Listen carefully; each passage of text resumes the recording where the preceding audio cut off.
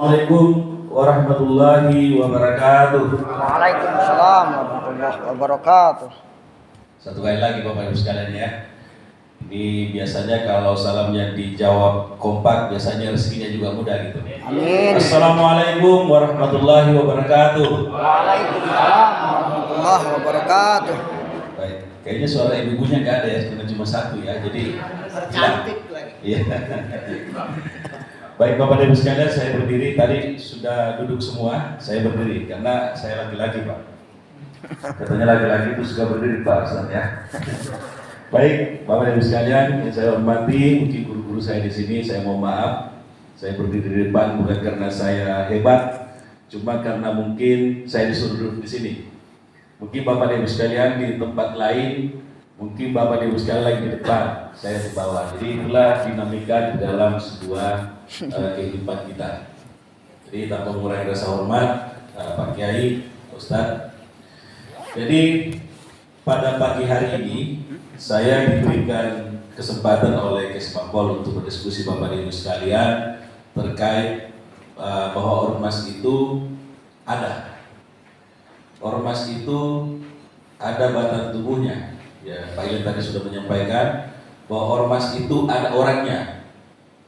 Saya pernah bertemu dengan kolega saya sebutkan kolega saya. Saya tanya, ini ormas, ini LSM, siapa ketuanya? Saya, kata beliau. Terus sekretarisnya, saya juga. Kok bisa begitu? Ya karena nggak ada orang. Lalu saya tanya, kalau ada pencairan anggaran di Pemda, misalnya ada bantuan, siapa bendaharanya? Kadang-kadang juga saya. Wah, berarti selalu minum kopi, apa itu? Apa namanya, jadi satu ya. Ada susu, ada kopi, ada gula, ada tehnya, ada tehnya Pak Ustadz ya, pakai. Jadi lembaga kita itu masih ada seperti itu. Makanya buatlah kaderisasi. Pentingnya itu ustadz-ustadz kita, kiai-kiai kita itu mau kader ke bawah, yang di bawahnya juga harus punya kaderisasi. Itulah yang disebut dengan organisasi kemasyarakatan atau lembaga swadaya masyarakat. Banyak sekali anak-anak kita di kampus hari ini yang hebat-hebat, cuma karena tidak diwadahi, tidak pernah dipanggil, tidak pernah diajak. Sebenarnya kalau dipanggil dan diajak pasti mau. Nah ini yang catatan penting. Tetapi sebelum saya masuk di dalam materi ini cuma 10 slide Pak Kiai ya. Jadi kalau misalnya waktunya cuma 30 menit mungkin, bisa kita lama-lama. Psikolog itu mengatakan begini, bahwa di dalam kehidupan kita orang yang bahagia itu cuma dihitung 4 senyumnya saja. 4 senyum. Dia bilang begini, 1 kali senyum maka rasa curiga akan hilang. Bapak-bapak Ibu sekalian praktekkan, kita ketemu orang senyum 1 kali kita nggak curiga lagi. Tapi kalau nggak senyum, wah curiga ini siapa ya? Ini siapa ya? Tapi coba kalau senyum nggak curiga lagi. Itulah ormas kita sekarang ini. Ya apalagi menjelang pemilihan kepala daerah, pemilihan kepala desa, senyum-senyumlah. Tidak usah terlalu mengatakan, oh ini bukan teman saya, ini lawan saya gitu. Pada saat pilkada di tahun 2007 ya, 2007 yang lalu, 2009, 2009, saya lupa di kabupaten saya itu karena sudah lama, cuma saya dapat cerita dari adik saya di sana. Di kampung halaman saya itu ada pemilihan kepala daerah. Suaminya memilih calon dari Partai Golkar, saya sebutkan saja. Lalu istrinya memilih dari Partai Demokrat, cerai. Bahaya, anaknya sudah ada yang kuliah. Saya tanya, kenapa mesti cerai? Beda pilihan dalam pilkada. Ini bahaya Bapak Ibu sekalian. Jadi hati-hati, politik itu jangan kita terseret masuk di dalam perasaan. Hati-hati. Kemudian psikolog lagi mengatakan bahwa 2 kali senyum dari teman menjadi sahabat. Cobalah 2 kali senyum, maka kita pasti mau kenalan. Tinggal di mana? Gitu. Apa yang paling pertama ditanyakan kalau orang Indonesia berkenalan? Nama dulu ya, nama. Pak namanya siapa? Gitu. Dicatat. Gitu. Pernah nggak ada orang yang kenalan ditanya berapa pendapatannya Pak? Nggak ada kan? Nah itu. Jadi ya perannya berapa? Itu jadi bersahabat di sana. Kemudian 3 kali senyum menurut psikolog, pada saat kita bangun tidur, ya, senyum 3 kali, itu hati rasanya bahagia sekali. Dia bilang begini, coba kalau Anda bangun tidur, jangan sikat gigi dulu, jangan cuci muka dulu, menghadap ke cermin, senyum 3 kali, itu bahagia sekali katanya. Boleh dicoba nanti kalau pulang ke rumah, ya, coba dulu lah, pakai ya. Apakah betul? Kalau salah mohon maaf ya, mungkin psikolognya salah atau kita yang salah menafsirkan. Ya. Kata beliau, 4 kali senyum, maka rezeki akan datang dengan sendirinya. Saya yakin dan percaya Bapak dan Ibu sekalian tadi keluar dari rumah, ini tadi pagi keluar dari rumah ya, datang ke sini itu pasti senyum 4 kali. Ada Rezeki. ada makan siang nanti, katanya begitu ya. Apalagi ketemu saudara-saudara, begitu, ketemu dengan Pak Kaban, ya, itu bagian daripada rezeki dengan datang dengan sendirinya. Makanya saya selalu menyebutkan guru-guru kita menyampaikan bahwa tolonglah bangunlah silaturahmi yang baik karena usiamu akan semakin panjang. Bukan umur kita yang panjang ya, bukan umurnya. Kalau umur kan Tuhan usianya, kita langsung semangatnya tinggi, itu kan usia yang membuat kita seperti itu. Psikolog mengatakan bahwa kalau Anda senyum 5-10 kali, maaf saya tidak mau tanggung jawab, Anda pasti sakit. Jadi hati-hati kalau terlalu banyak senyum juga bahaya juga gitu ya. Ya. Stres ya. Itu sakit benaran itu.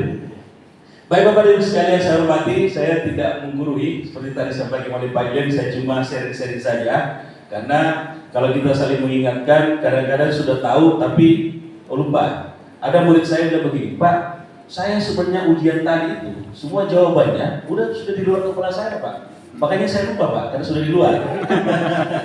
Benar juga secara logikanya. Saya membagi 3 bahwa apa itu organisasi kemasyarakatan. Tadi Pak Ilen sudah banyak membahas ini. Saya mungkin secara undang-undang tidak perlu. Kemudian apa itu potensi lokal kita dan siapa itu generasi mandiri. Nah ini yang paling penting kita bahas hari ini. Saya lanjut dulu. Jadi saya mulai dari sini dulu Pak. Ini yang berat-berat dulu karena ini temanya berat. Maka saya mulai yang berat dulu. Kalau misalnya ada yang ngantuk, ya silakan nggak apa-apa istirahat. Karena berat. Nah, ya. Jadi pembangunan tadi sudah disinggung bahwa ormas maupun lembaga swadaya masyarakat itu adalah bagian daripada kelompok-kelompok yang membangun. Terminologi sederhananya membangun itu adalah perubahan. Jadi kalau tidak ada, pernah nggak kita masuk dalam sebuah kampung, oh ini nggak ada perubahan ya, berarti di sana nggak ada pembangunan. Tetapi perubahan itu yang berguna. Kalau perubahan itu tidak berguna, itu bukan pembangunan namanya. Apa itu kalau perubahan tidak berguna? Apa itu kalau perubahan tidak berguna? Perubahan. Bukan pembangunan ya, bukan pembangunan, menyesatkan. Ya berubah tapi, nah apa yang harus diubah di sini adalah sistem sosial kita. Pandeglang itu udah mulai agak sedikit bergeser. Ya Pandeglang ini. Dulu kalau kita sebutkan Pandeglang itu pasti orang bilang sejuta santri, sejuta pondok pesantren, salafi. Saya pernah menginisiasi waktu itu memberikan masukan kepada Pak Ketua DPRD waktu itu masa Pak Acang ya, siapa namanya? Ya Pak Haji Acang waktu itu. Saya ngomong ke beliau di Pendopo Bupati, Bapak sebagai Ketua DPRD harusnya memberikan inisiasi kepada Bupati supaya ada peraturan daerah pondok salafi itu harus dikasih 100 juta per tahun satu pondok. Selama 5 tahun memimpin Bapak sebagai Ketua DPRD kerjasama dengan Bupati 1 miliar dalam satu tahun, ya maka 5 miliar dalam 1 tahun. Selama kepemimpinan 5 miliar, salafi itu dikasih 100. Beli lahan terus Anda menanam, karena saya tahu pondok salafi itu tidak ada gajinya gurunya, nggak ada gajinya, nggak ada sama sekali. Tapi ikhlasnya luar biasa, disuruh makan apapun santrinya mau. Tapi guru-gurunya juga kan minimal kalau kemana-mana harus naik motor, dibantu. Harus ada bantuan itu dan diberdakan. Sepanjang itu keuangannya tidak menyalahi aturan karena kita visi-misinya, kan sebenarnya anggaran itu tergantung visi-misi, ya tergantung visi-misinya diberikan. Nah waktu itu saya tunggu-tunggu nggak ada juga ya. Sampai sekarang nggak tahu apakah Bupati ini sudah mencanangkan. Saya cuma sederhana kalau saya menjadi Bupatinya Pandeglang. Salafi itu saya kumpulin semua, lalu kita cari lahan yang bisa ditanami jagung. Coba bayangkan, kalau misalnya 1000 pesantren Salafi disuruh nanam jagung 1 hektar 1 pondok, apa kita tidak mendapatkan 500 hektar tanam jagung? Itu yang dilakukan oleh Gubernur Gorontalo. Sederhana, dia bilang begitu, saya punya lahan, petani-petani kita ini kita tanam jagung aja. Apa yang terjadi? Kan naik.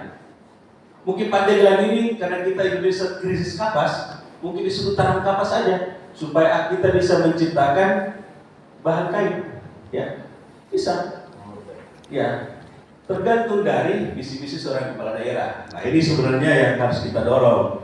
Pondok Salafi itu potensi sebenarnya. Ya, mohon maaf bukan berarti tidak menafikan dengan pondok pesantren modern ya, berbeda, inovasinya berbeda di situ. Nah itu perubahan yang harus dilakukan, sistem sosialnya, nilai budayanya. Nah Pandeglang itu dikenal sebagai daerah yang tidak punya mall, makanya harusnya diciptakan mall dengan usaha menengah kecil. Ya, itu harus didorong, sentra UKM harus didorong. Udah tahu gak ada mall, gak ada wadah. Jadi orang jualan di mana nih? Orang datang ke sini mau kemana jalan-jalannya ya? Gak ada. Jadi harusnya kalau kita mengatakan kita anti, mohon maaf bukan anti, kita membatasi poin ini, maka solusinya apa? Ya, kita nggak boleh ada hotel. Ya, Bantos itu awalnya, Bantos ya, itu awalnya apa ya? Kantin kecil, tiba-tiba jadi hotel. Ya, lama-lama akan jadi mall. Bisa saja mall di atasnya lagi. Makanya super kuat. Apalagi Pandeglang ciri khasnya dalam kaitan dengan sistem sosialnya. Kita tidak boleh ada bioskop. Tidak boleh ada rumah ibadah agama-agama lain, tapi tetap diakui bahwa manusia itu ada di sini, orang-orangnya ada. Itu penting. Itu sistem sosial. Harusnya diperkuat ke depan. Mudah-mudahan para guru-guru kita yang ada di ruangan ini dan ada di luar sana tetap mengatakan bahwa Pandeglang punya sistem sosial yang kuat. Apa kaitannya dengan ekonomi? Ekonomi itu bicara sejahtera dalam hal pendapatan. Ya, pendapatan itu ekonomi. Jadi ekonomi itu tidak bicara kesejahteraan. Salah sekali itu kalau disebut ekonomi itu kesejahteraan. Ekonomi itu berkaitan dengan menunjang kehidupan kita sehari-hari. Ekonomi itu. Makanya ekonomi itu arahnya adalah apa kalau dalam konteks pembangunan? Itu adalah gaya hidup. Ekonomi itu gaya hidup. Orang Indonesia kalau disuruh jalan kaki sekarang udah mulai malu. Zaman dulu guru kita itu pakai sepeda. Nggak ada lagi sekarang yang pakai sepeda. Saya punya anak saja saya suruh beli sesuatu, nak berangkat dulu di sana ya. Apa yang dicari? Bukan uangnya yang dicari, motornya mana ya? Motor dulu yang dicari sebelum uangnya yang kita mau beli. Nah itulah masalahnya sekarang ini terjadi pergeseran. Itulah perubahan. Tapi yang jelasnya bahwa sistem sosial berubah, tapi harus tetap mengacu kepada bagaimana berguna untuk masyarakat sekitar. Nah, pembangunan apalagi yang dimaksudkan adalah proses yang bergerak. Jadi bergerak itu harus jalan lurus. Itu pembangunan. Kalau dia ke belakang bukan pembangunan namanya, itu namanya sejarah. Kalau ke belakang kita. Tetapi apakah kita tidak bisa maju tanpa ada sejarah? Gak bisa kita maju tanpa sejarah. Coba Pak Kiai kita, guru-guru kita di sini disuruh bicara. Itu kan motivasi. Dulu itu kami itu sebagai manusia ya makan apa adanya, tapi kita belajar. Nah itu zaman sekarang ini anak-anak hati-hati Bapak Ibu sekalian yang memberikan kendaraan kepada anak-anak yang berangkat kuliah itu biasanya kampus dilewati Pak. Ya ada yang dari NTB itu waktu itu pernah dari Bima, dia bilang dia telepon orang tuanya, Pak saya ini selalu terlambat kuliah Pak. Kenapa? Ya gimana ya? Kan jauh dari rumah. Nah, diberikan motor. Semester 7 kemudian dia nelpon. Nah, katanya nilaimu rendah sekali ya? Iya Pak. Bukan lagi terlambat kuliah ke kampus Pak, tapi kadang-kadang saya lupa kampusnya di mana ya? Lupa, karena motornya dibawa kemana-mana. Hati-hati dengan fasilitas ini ada majelis, mudah-mudahan majelis ini baik-baik semua yang di sini Pandeglang. Tepuk tangan dulu untuk anak-anak kita deh ya. Saya tahu besok Pandeglang itu baik-baik. Amin. Ya, amin. Nah, kita kasih dulu Bapak Ibu sekalian, desa. Kita bicara desa. Kalau kita bicara desa, desa itu otonom. Urusan pemerintahannya sendiri. Kenapa sekarang itu pemerintahan desa banyak sekali mau jadi kepala desa. Jadi kepala desa sekarang itu, Pak Kiai ya, itu sudah mulai ada gambar kelihatannya di belakangnya partai politik. Misalnya nomor 1 warnanya kuning, itu Golkar di belakangnya. Bisa saja, itu curiga ya. Ada warna hijau, yang jangan di belakangnya PKB. Jadi kan suatu saat nanti PKB udah tahu warna hijau sekian memilih. Berarti ini suara PKB ini. Ini curiga saya. Curiganya gitu ya. Sekarang macam-macam. Bahkan tapi pemilihan kepala desa ini membawa rahmatan lil alamin bagi kita semua ya.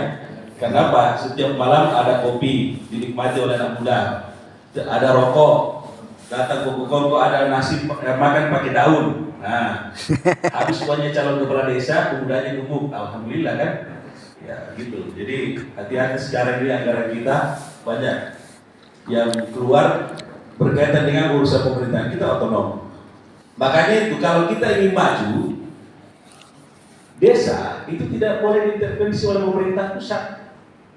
Misalnya, desa mengatakan saya akan mengeluarkan peraturan desa tentang kawasan daerah saya. Saya pernah menanyakan beberapa kepala desa Bapak Ibu sekalian, hampir tidak ada namanya rencana tata ruangnya, RT RW-nya. Jadi ketika ada orang datang mau bangun, saya bikin tambahan di sini ya, kata Pak Desa bikin. Nah, harusnya ada RT RW-nya. Apa masuk di kawasan ini adalah pertanian, di kawasan ini adalah perumahan gitu. Harus seperti itu. Ini kita dorong Bapak Ibu sekalian kepada DPRD terutama supaya kerjasama dengan desa. BPD-nya di mana? BPD-nya desa itu ditunjuk karena tim sukses, bukan karena dia punya kelebihan. Ada orang BPD di sini nggak? Ada BPD nggak ya? Permukaan desa nggak ada ya? Tergantung BPD itu ada yang ditunjuk, ada yang juga dipilih. Ada yang ditunjuk dan dipilih. Oke, bagus. Mudah-mudahan yang dipilih itu lebih banyak ya daripada yang ditunjuk. Karena di Lampung itu saya pernah ketemu dengan kepala desa. BPD-nya siapa? Ini Pak, iparnya Pak Kepala Desa. Kok iparnya? Ya tim sukses Pak. Nah ini bahaya. Ini kalau sudah mulai ada KKN, ya berbahaya. Dari desa kita sudah mulai seperti itu. Ada. Tapi kalau dipilih langsung di desanya beliau ini hebat ya. Ada secara demokrasi, cuma dalam 1-2 itu hanya 1 orang saja yang jadi setiap kayak zona gitu kayak bidang dewan gitu. Ya, bagus, keren itu. Memang separuh desa ada yang aklamasi juga kan. Ya. Tapi untuk desa saya sendiri itu tidak. Oh di desa mana itu? Cipicu. Cipicu. Kenal. Ya. Ini boleh dijadikan satu apa namanya ya?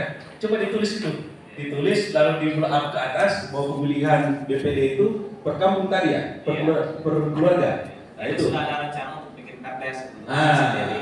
Itu kan sudah melakukan untuk pengundangan secara demokrasi. Iya, betul. Nanti insya Allah diperdeskan gitu. Untuk pemilihan apa namanya BPD. Ini LSM yang bagus nih. Gimana ya? Gerakan Pemuda Marhainis. Woi Marhainis. Nah ini tepuk tangan dulu dong. Kalau ada karya kawan-kawan kita itu, guru-guru kita itu harus diberikan aplaus yang bagus ya, diberikan sebuah support yang bagus supaya kita ke depan lebih maju lagi. Saya mencalonkan tapi kalah Pak, dia sudah kedua. ini calon kepala desa ini ternyata ya. Selamat. Jadi begini, sebenarnya kalau kita berkompetisi dalam sebuah calon, itu jangan kalau kita gagal itu jangan patah semangat.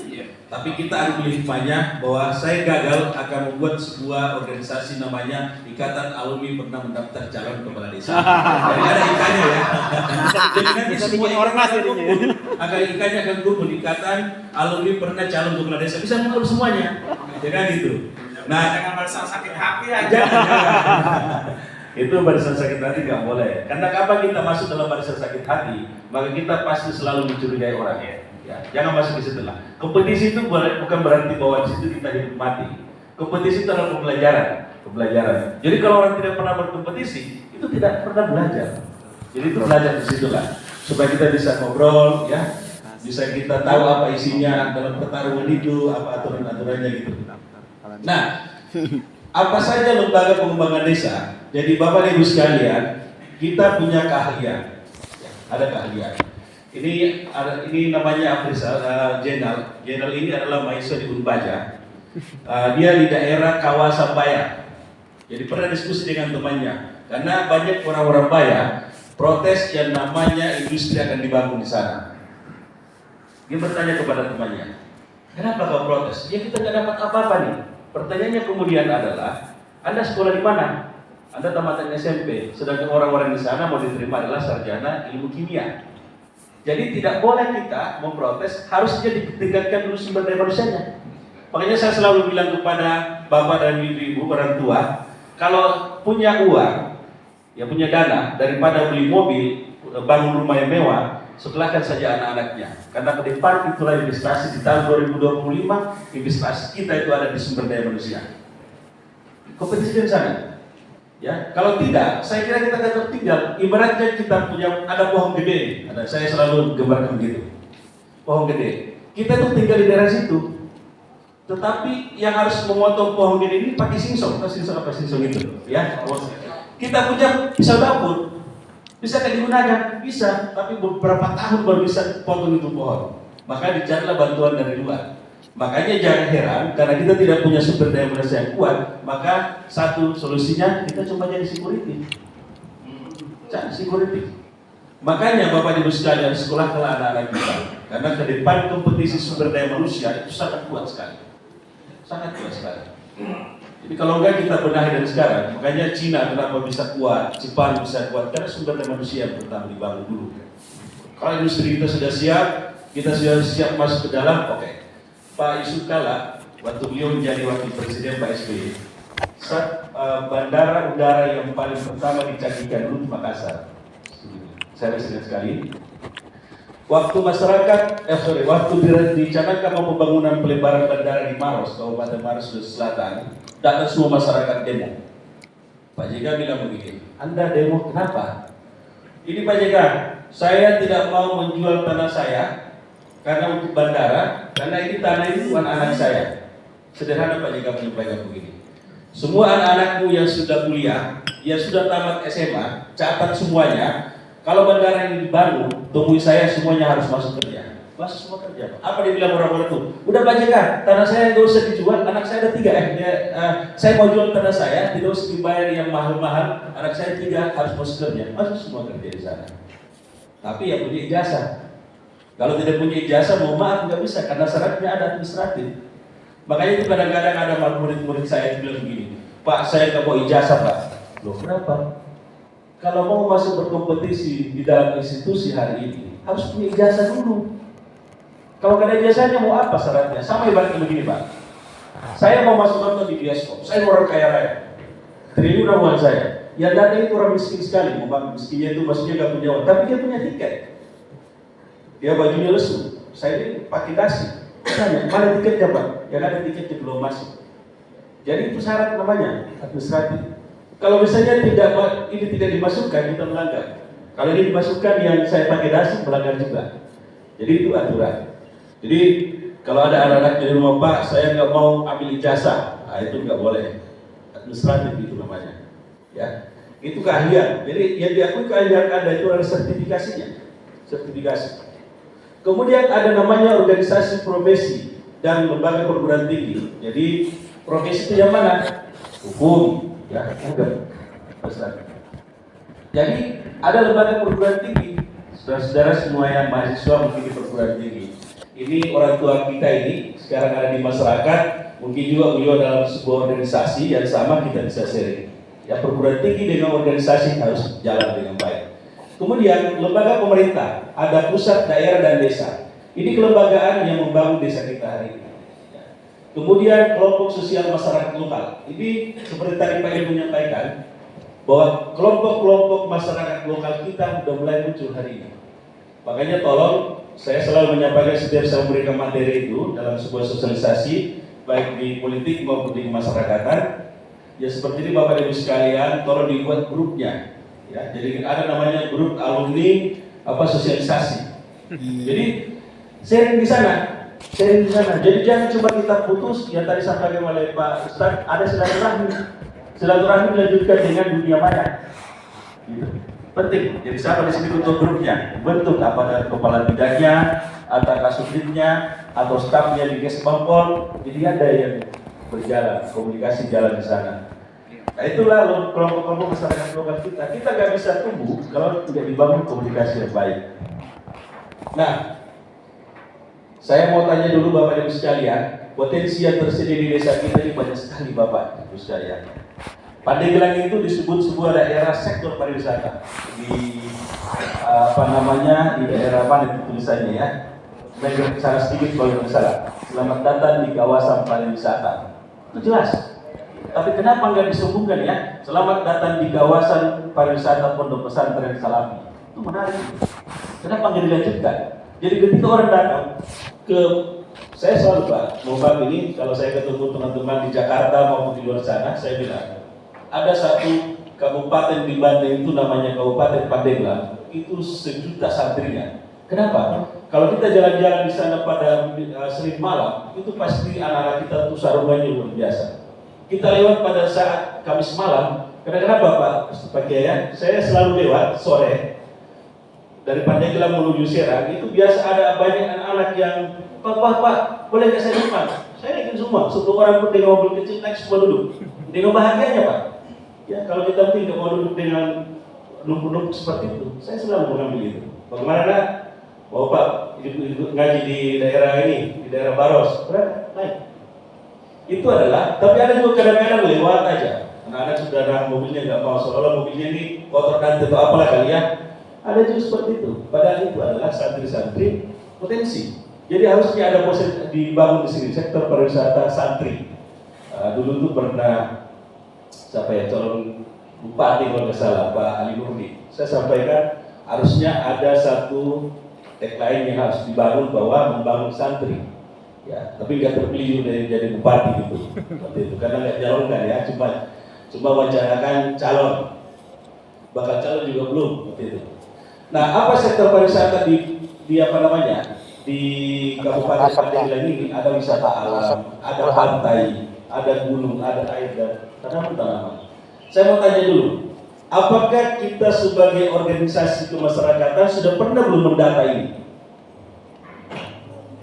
Kita tidak bisa bicara mengembangkan potensi kalau kita tidak data dulu. Sama, saya punya murid-murid di kampus. Ketika saya pertama mengajar, maka yang pertama saya tanyakan itulah satu persatu adalah Anda dari mana, sekolahnya di mana dulu, kemudian apa cita-cita Anda masuk di Untirta. Itu dulu. Saya tanya satu-satu dulu. Oh, saya mapping dulu. Oh, ternyata anak-anak kita ini sebagian besar adalah desa.